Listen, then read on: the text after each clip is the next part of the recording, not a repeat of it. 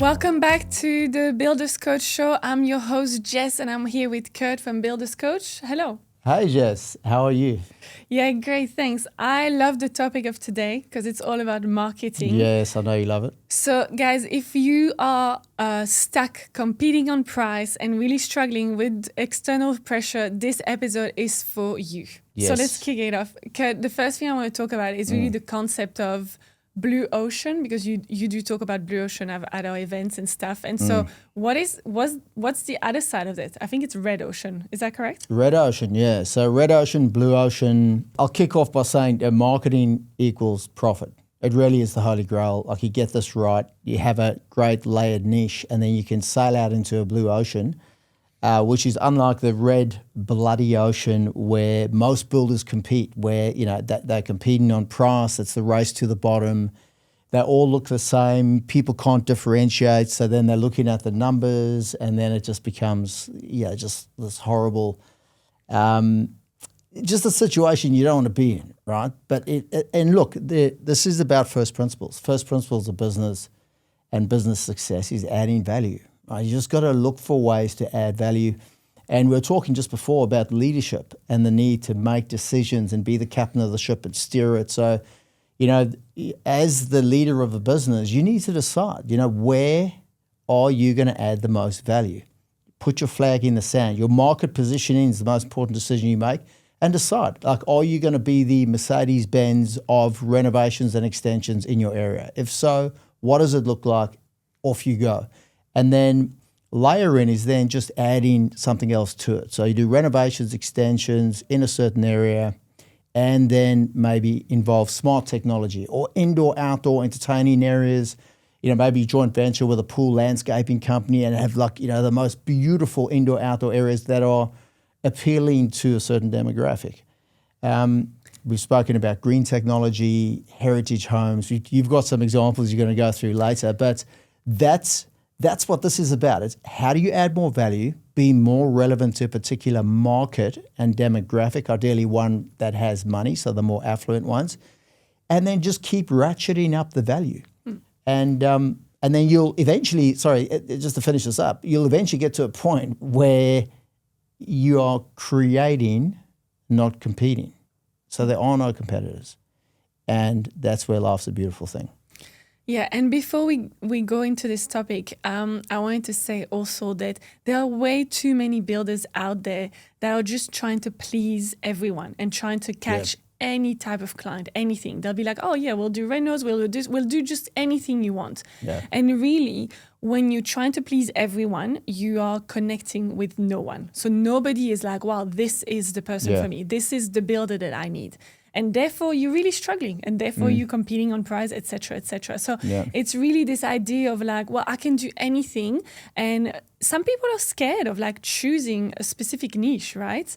Or start to specialize into something. But really, you need to understand that is killing your profit, and nobody's connecting with you. And marketing is about connection and communication. Yeah, it is.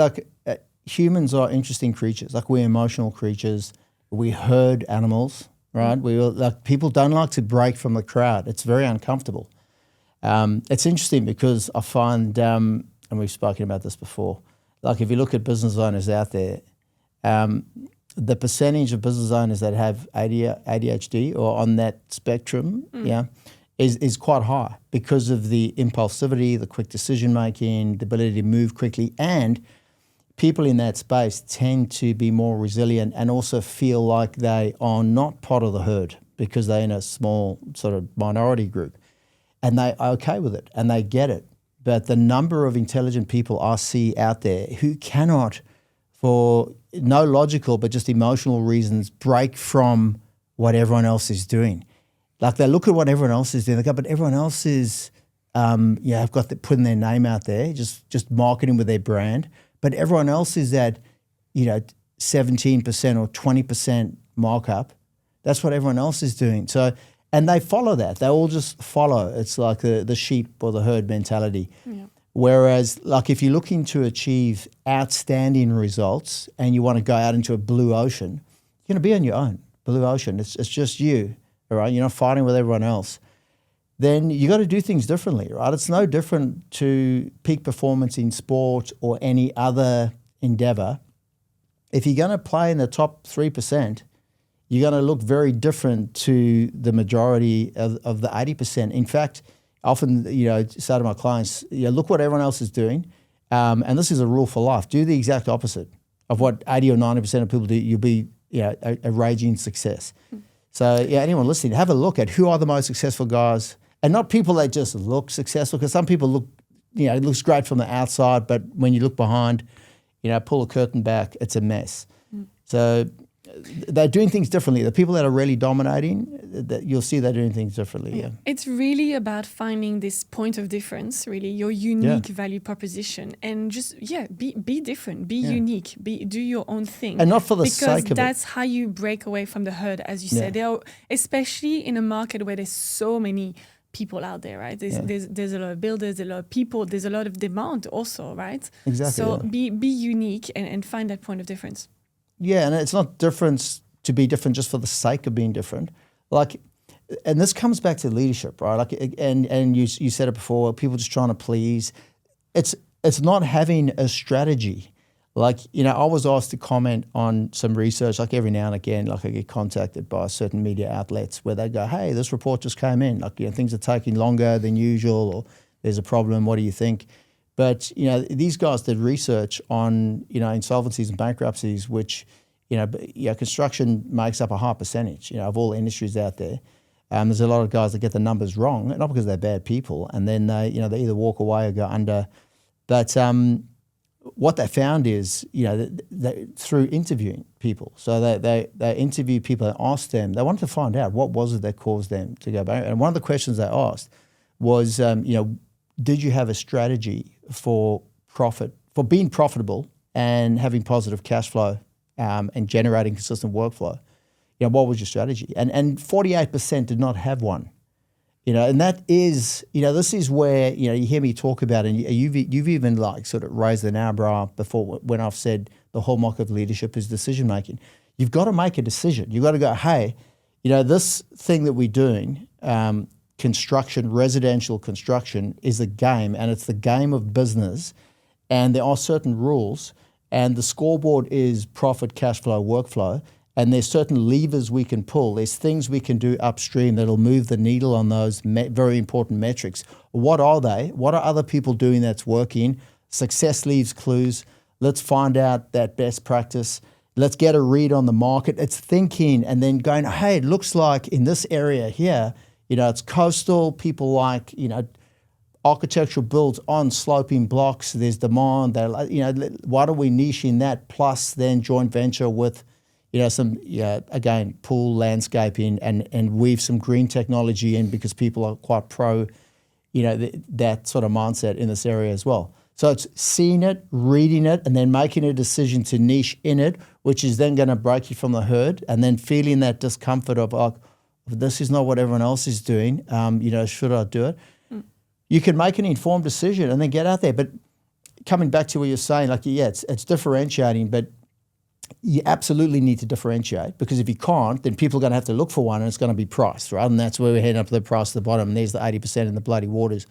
But if you can find something that you're passionate about, say you genuinely enjoy, doing open plan renos, indoor, outdoor entertaining, and the smart technology and tiny houses, whatever it is, and you have a passion for it, and there's a market there, then you sort of tinkering with something and then playing with it and, staying up to date with new technologies and new, forging relationships with new stakeholders right through the pre-construction phase. There's architects, designers, interior designers, selections process, everything to engineer your layered niche for a better result for your client, adding more value, becoming the Mercedes-Benz or the Rolls-Royce, better efficiency, better profitability, never losing sight of that scoreboard.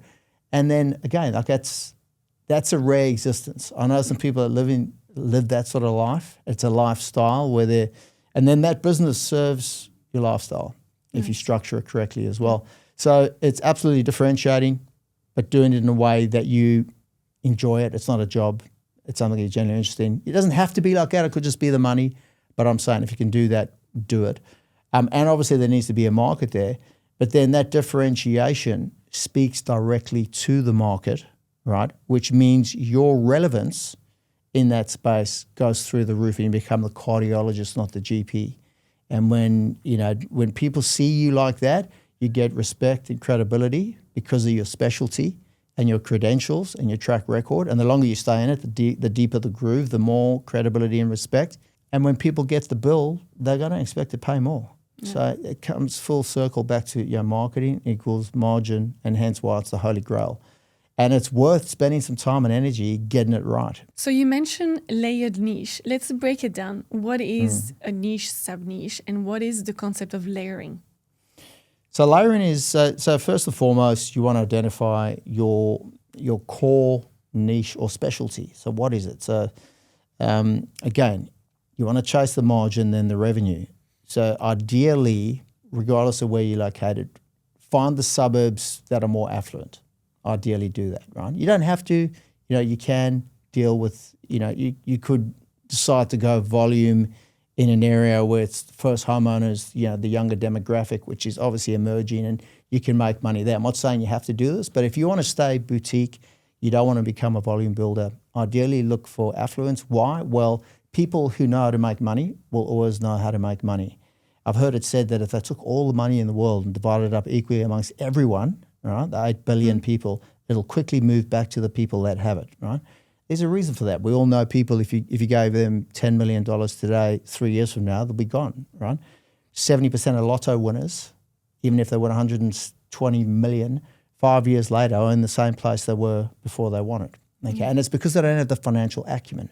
This is why your business will never grow your leadership.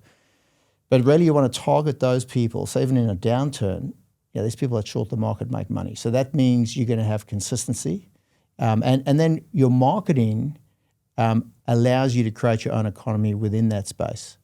So if you've got people that are always going to have money, you're going to keep it boutique, and then you can market in a way where you overbook the flight and there's more inquiry coming through or people waiting at the front door than you need, then you can predict and stagger your starts perfectly. If you want to start 10 jobs, February through November, one a month, every month, you want 50 people waiting at the front door, and then you have a deselection process. So it could be heritage homes. So then to answer your question about layering, so what else could you then layer on top of that? Okay, so green technology, smart technology, and I want to get to a form of layering that most builders are completely unaware of, and it's a blind spot. And I've got a little story to share about that. And it's the client experience. The client experience is marketing.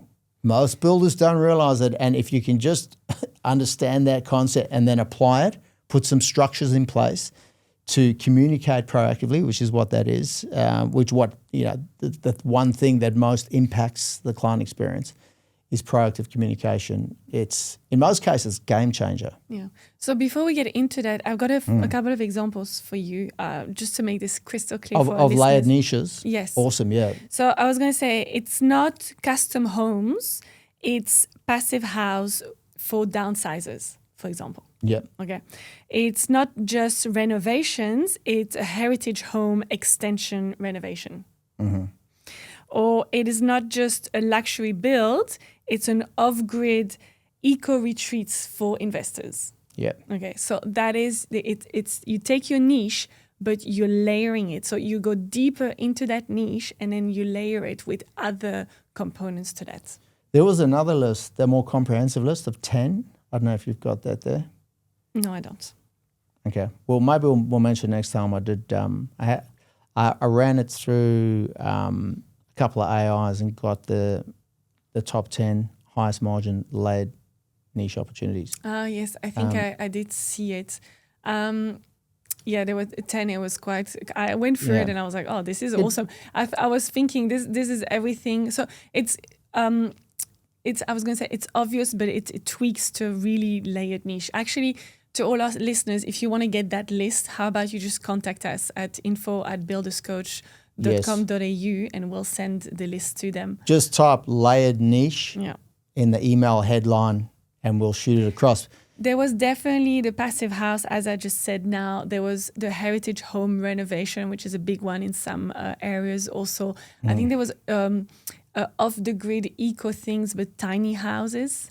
Then there's a whole modular thing. But yeah, you're right. The layer niche is just more specific. Yeah, but what it did is it looked at like heritage homes, and then there was a finer detail for how they could add value in that niche in a way that was like maybe communication, but it was even a process that the AI was able to identify that related to that.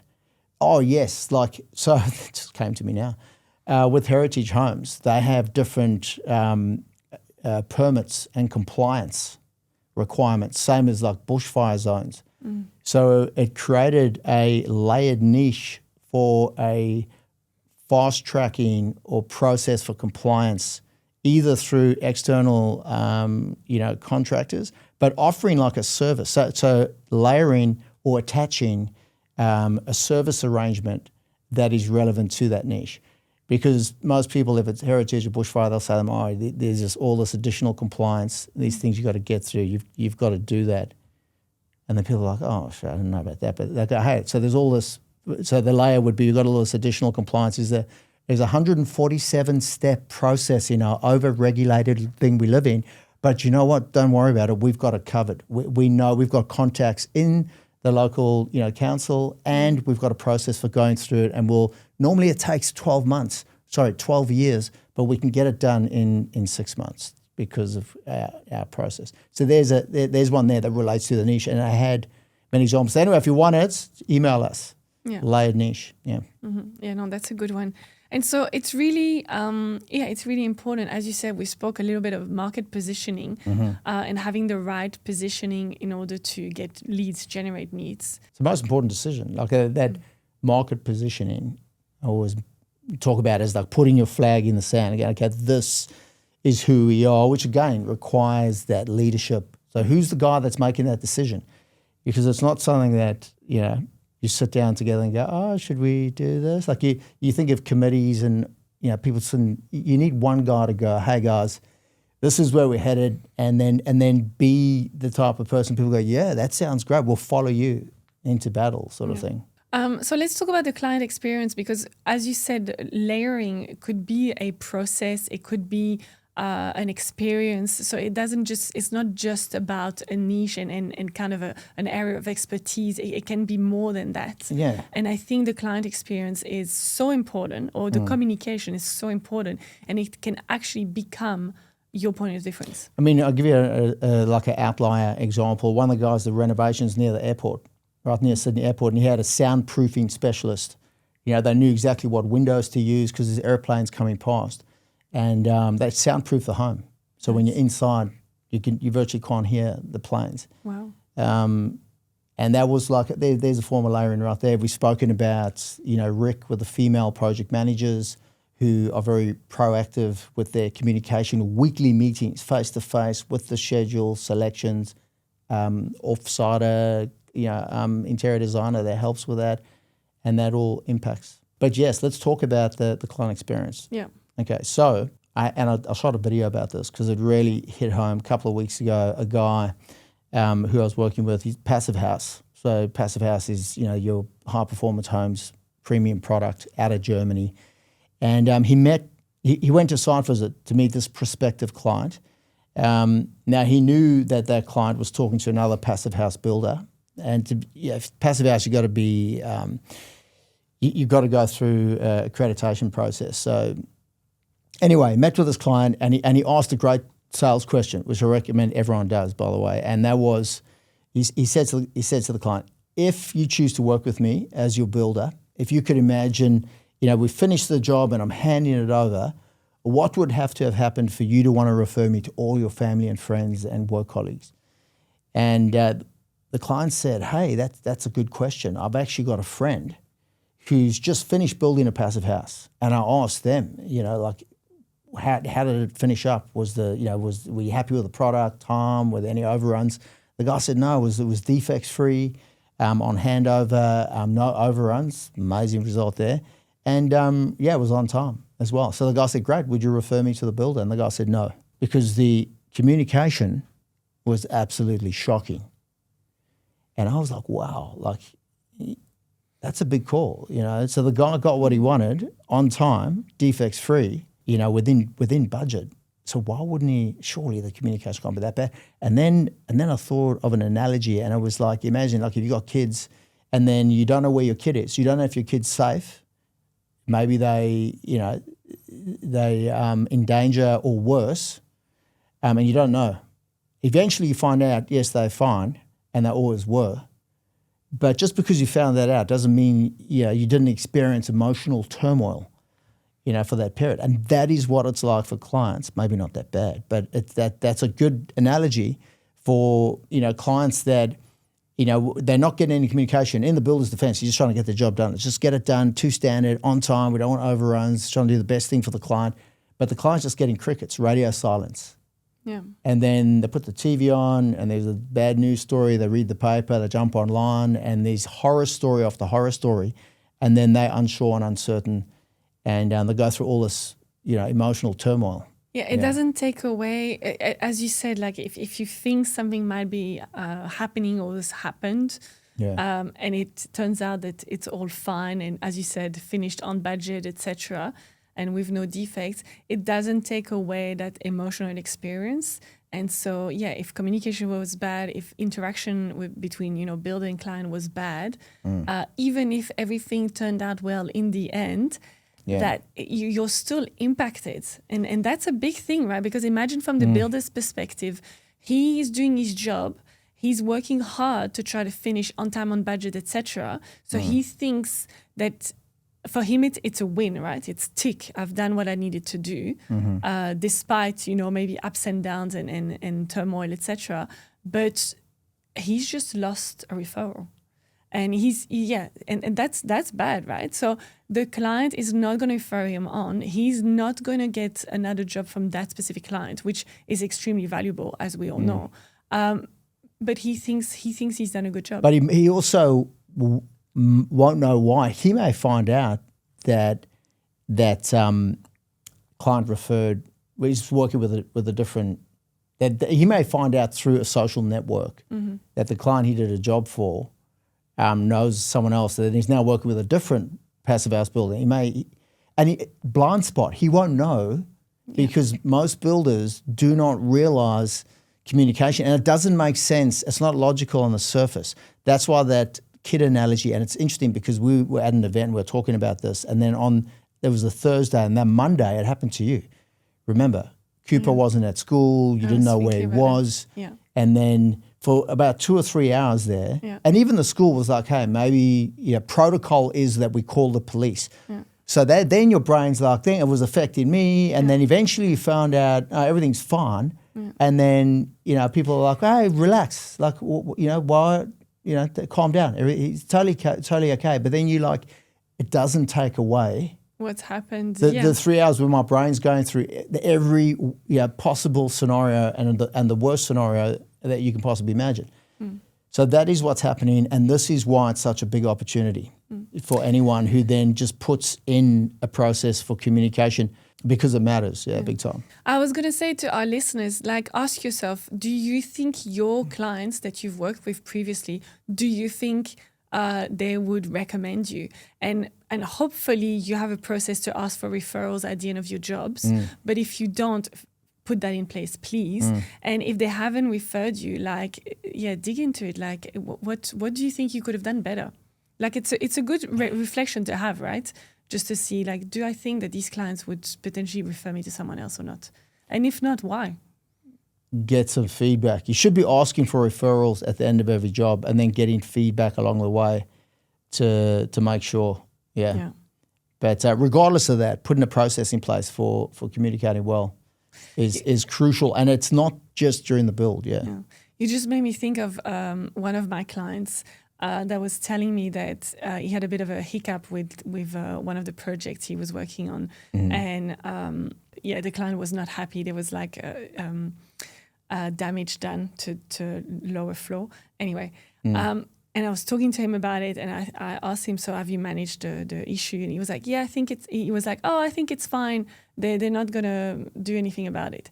Sure thing. I think a few weeks later or months later, he told me that they actually were going to NCAT for the damage. And I was thinking, wow, we spoke about having like proactive communication. And so obviously that didn't happen. He didn't do it properly, and he thought it would just disappear.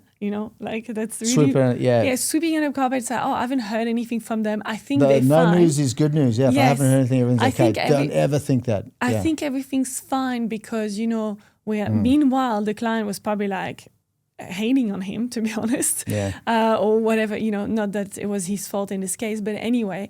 But you see how sometimes you're not having those hard conversations and you think everything's okay and sweeping under the carpet. And then, a few weeks later, months, it turns out, they were not happy. But that's a great example of, like, if there's bad news, like, lean in and talk about it. If there's going to be a change, something's happening.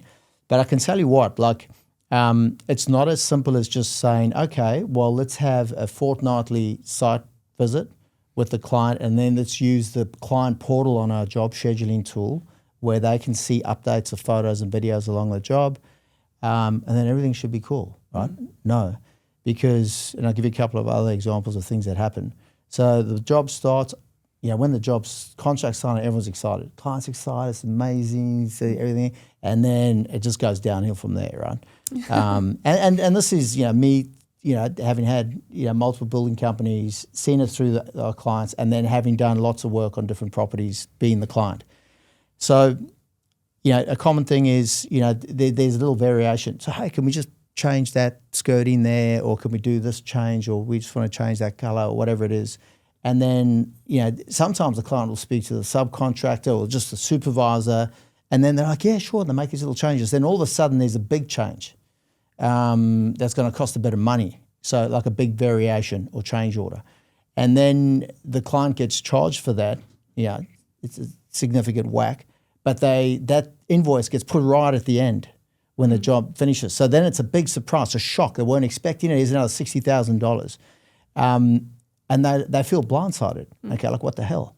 So there's that. There's, clients contacting the builder 7 o'clock at night, 7 o'clock on a Sunday night. Like they're busy people. Maybe they, running HSBC or whatever, like the head of a bank or whatever, and then they've got some time on a Sunday night. So they call the builder to have a chat.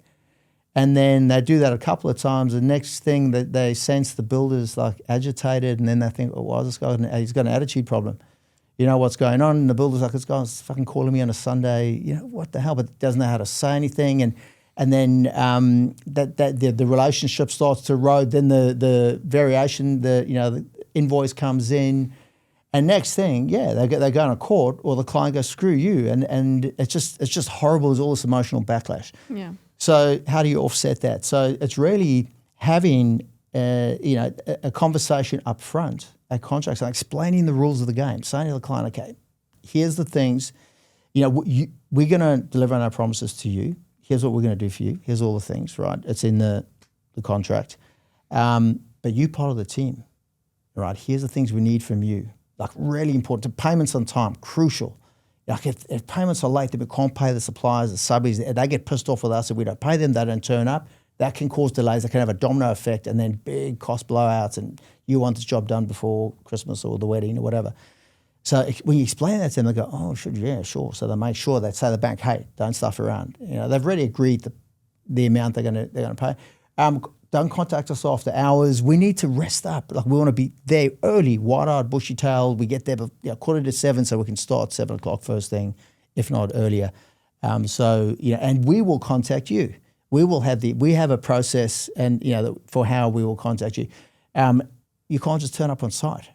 You also can't just instruct. If you want to make any changes, that's fine. But here's the thing: before we even start this job, you get all your selections done, and we've got an interior designer. Her name's Steph. She's going to take you through this process. We're going to do it all in a day, and it's amazing. She's awesome. It's a fun experience. And then once you've locked all those selections in, look, if you want to make a change, you can.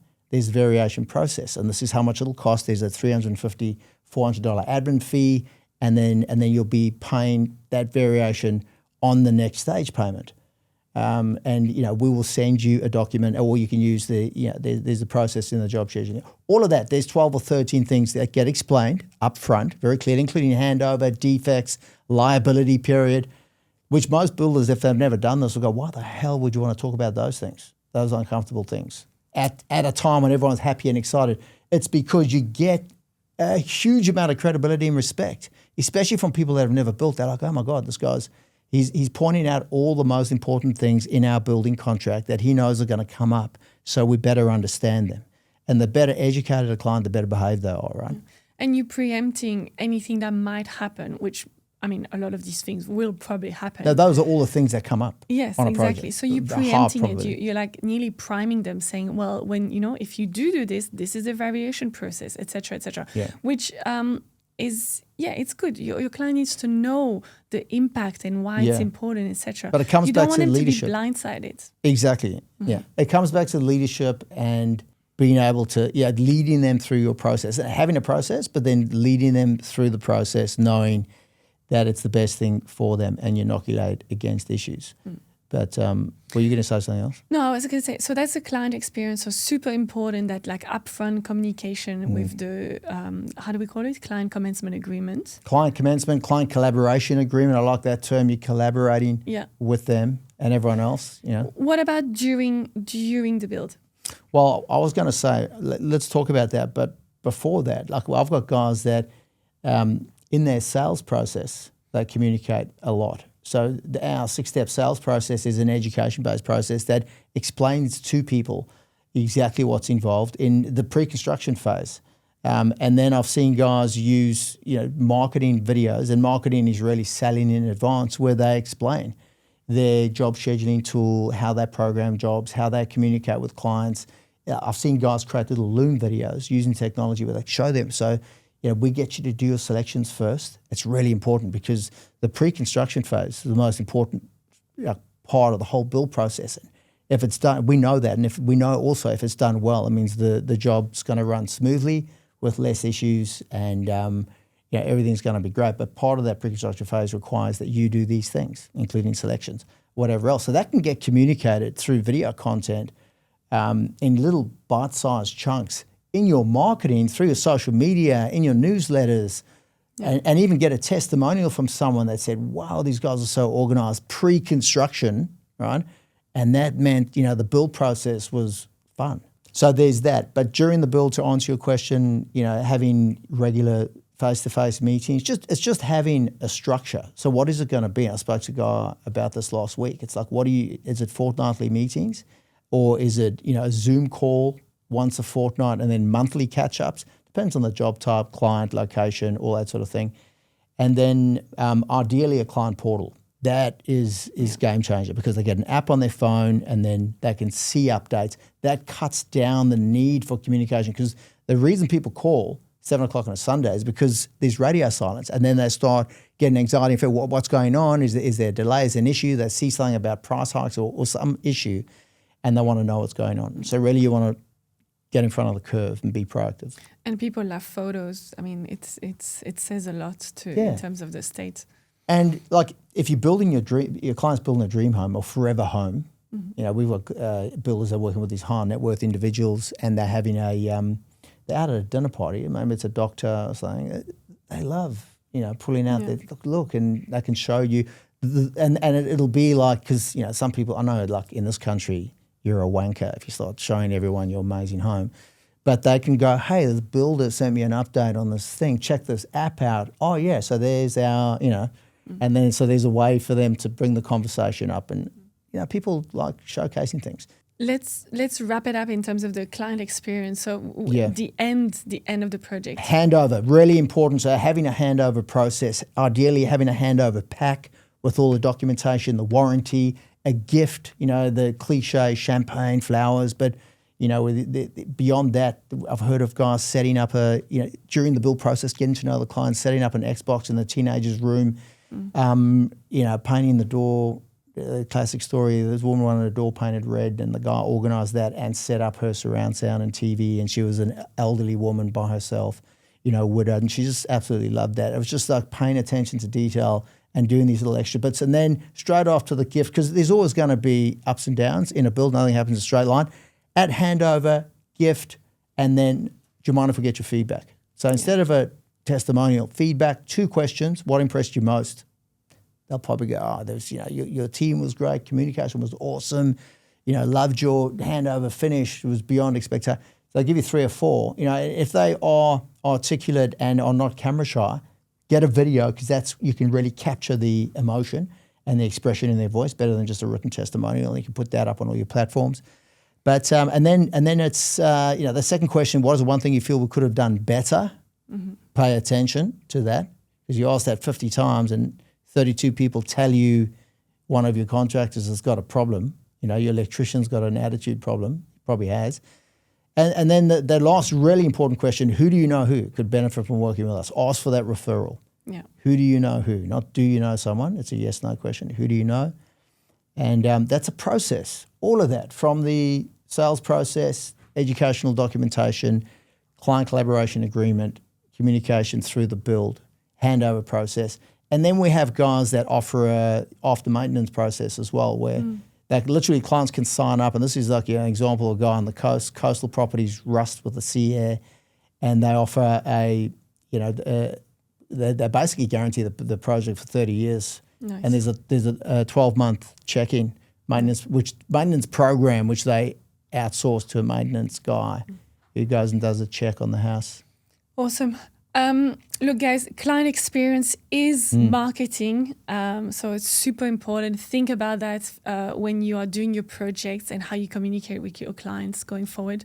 I think that's all we have time for today. Kurt, did you want to finish up with something? Yes, look, if anyone listening, if you want any of the documentation that we use, an example of a client collaboration agreement or client commencement agreement, or you've got a question around how to build in a process for communicating during the job, just send an email, client communication, and exactly what you're looking for, and we'll get it across to you. Amazing. Thanks, guys. We'll see you in the next one. Thanks, guys. Thanks a lot. Take care. Cheers, Jess. Bye. Bye.